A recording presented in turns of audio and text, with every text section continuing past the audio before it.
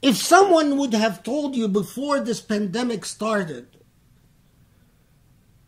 that Americans could have 140,000 people killed,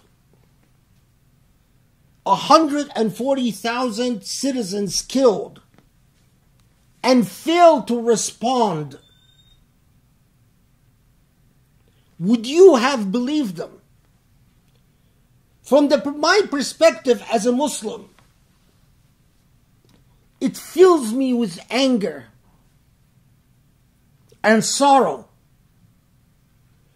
because we saw when up to 4,000 Americans were killed in 9/11, we spent billions of dollars invading two Muslim countries, killing thousands upon thousands of people.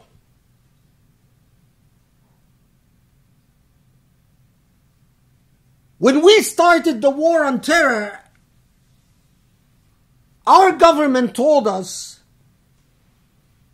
that the life of any American is sacrosanct, and that if these Muslims murder a single American, we have the right to wage an open war to protect ourselves against the terrorists.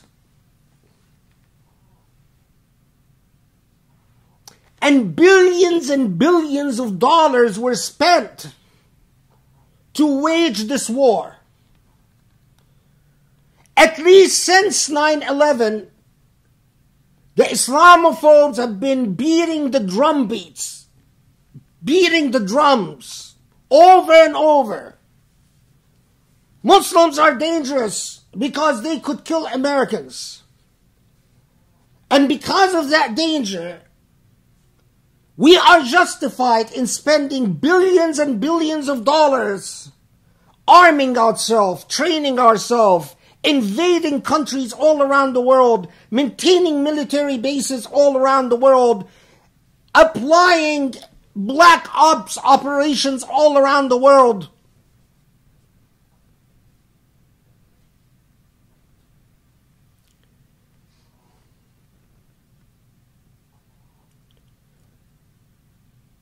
But yet,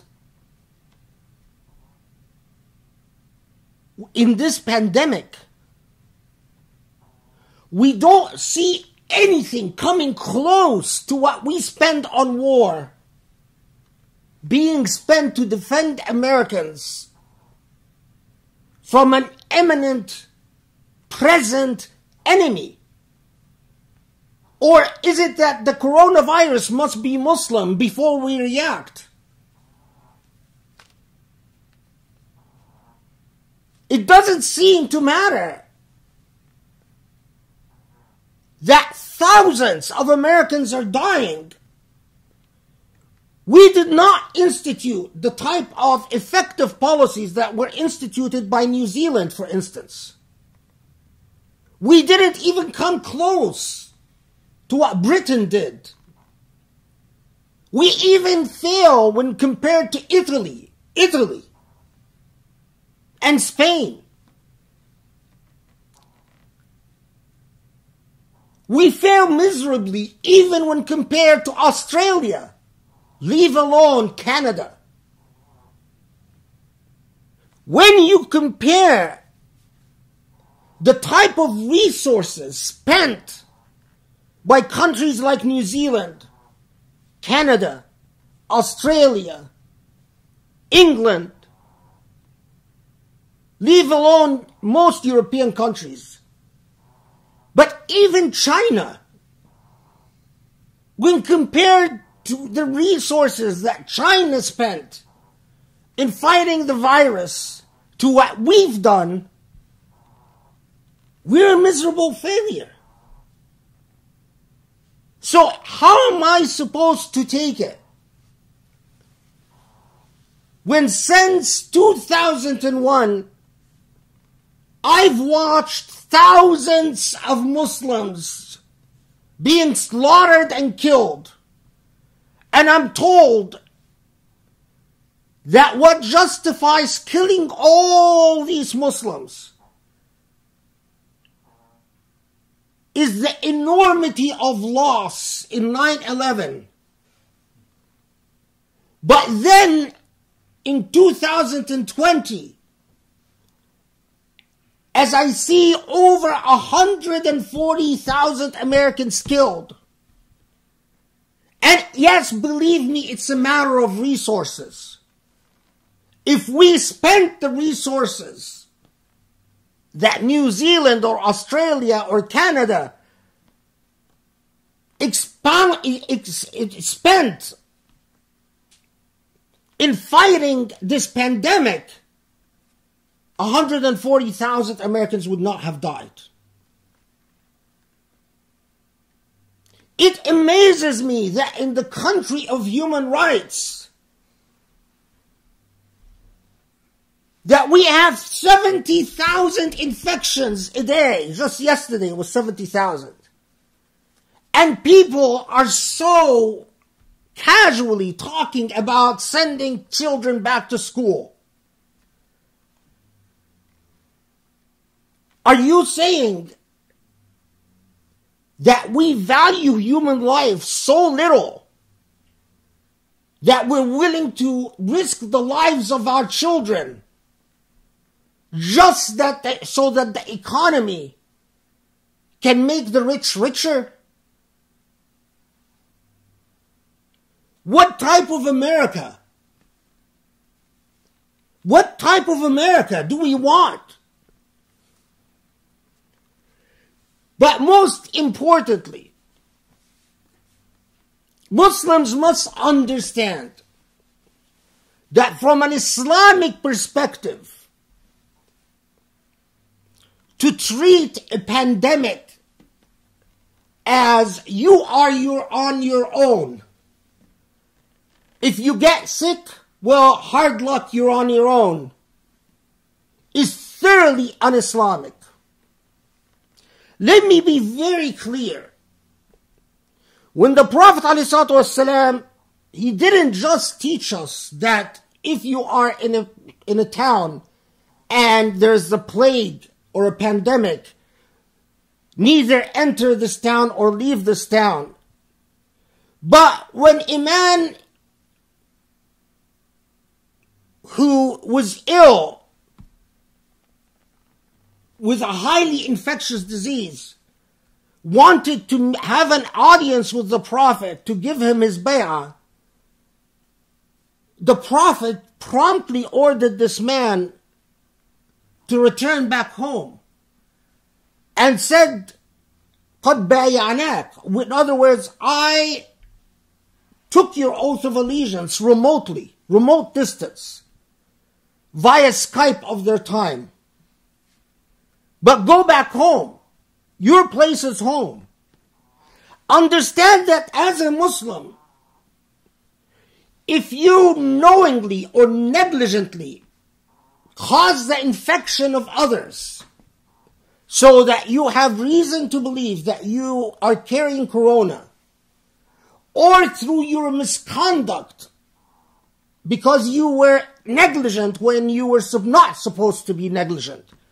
So in other words, you didn't care about wearing a mask. You didn't maintain safe distances. You went around shaking hands or playing basketball or playing soccer and didn't take the necessary protective measures. And through your negligent behavior, you caused others to be infected. In Sharia, this is an assault. Whether intentional assault or non-intentional would define how much sin you incur. But rest assured, it is sin. Just because in fact, as a Muslim, everything in your religion, our religion is the only religion that clearly instructed that if there is a pond that animals graze from, animals drink from that pond, you are not allowed to urinate in this pond. But only animals drink from the pond still. That's what our religion taught. You can't urinate. It is a sin to urinate where other human beings bathe or where animals graze. Ours is the only religion that said you don't have the right to contaminate water. You don't have the right to ignore the rights of others.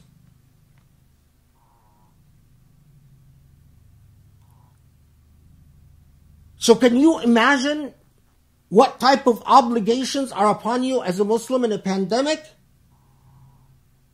You don't have the right, with 140,000 dead in the US alone and 500,000 around the world, to say, oh, I don't worry about it, let Allah worry about it.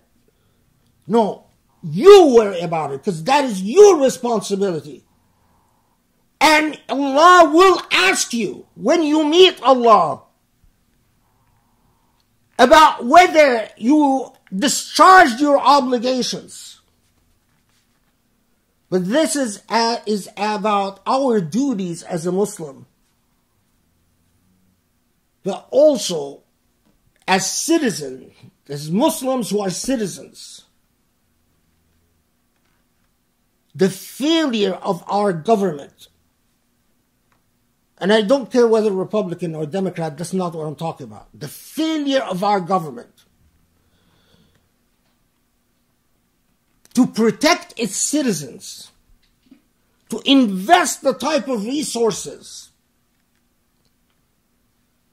the hypocrisy of our government on sending thousands of young kids to be killed or wounded or scarred for life, leave alone to murder our Muslim compatriots around the world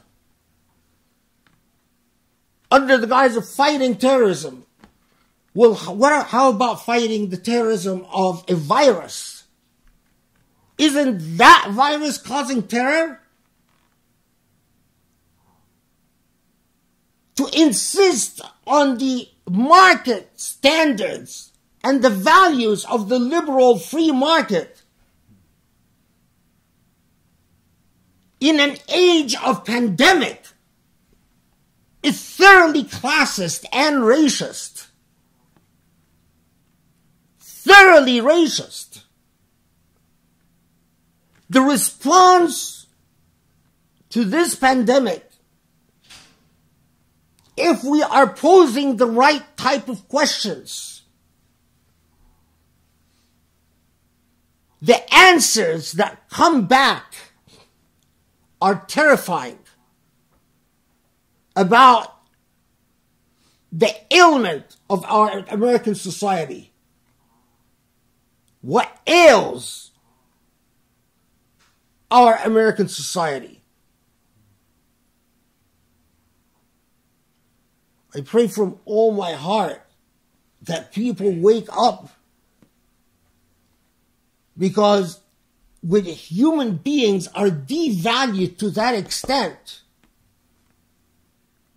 when human beings are devalued to the extent that 70,000 can be infected, or 60, 70,000, 50,000, whatever, infected every day, and hundreds of people killed every day, and life just goes on, it devalues all of us as citizens of this country.